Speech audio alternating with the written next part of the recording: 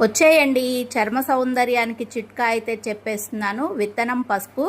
ఈ పసుపుతో మనం ఛాయ పసుపు రెడీ చేసుకోవచ్చు. దీంతో నలుగు పెట్టి స్నానం చేసుకుంటే మనకి చర్మ సమస్యలు ఏమైనా సరే పోతాయి.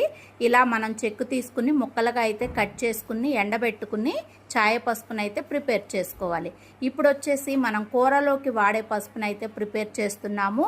పసుపు కొమ్ముల్ని తీసుకువచ్చి మనం ఉడకబెట్టుకుని చల్లారిన తర్వాత వాటిని బాగా ఎండనిచ్చి అప్పుడు మనం మర్ర పట్టించుకుని మనం కూరల్లోకి వాడే పసుపునైతే ప్రిపేర్ చేసుకోవచ్చు.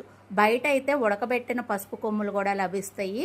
నాకైతే ఈ పచ్చి కొమ్ములు రావడం వల్ల నేను ఇంట్లో ఉడకబెట్టి పసుపునైతే ప్రిపేర్ చేస్తున్నాను. తెలియని మిత్రులు ఎవరైనా ఉన్నట్లయితే గనక తెలుసుకుంటారని ఈ విధంగా చేయడం జరుగుతుంది. మిత్రులారా, మనం కొనుక్కొచ్చిన పసుపు ప్యాకెట్ల కన్నా ఇలా ప్రిపేర్ చేసుకుంటే మంచిది. ఛాయ పసుపు ఇలా చేసుకోవాలి. ఓకేనా? Bye bye.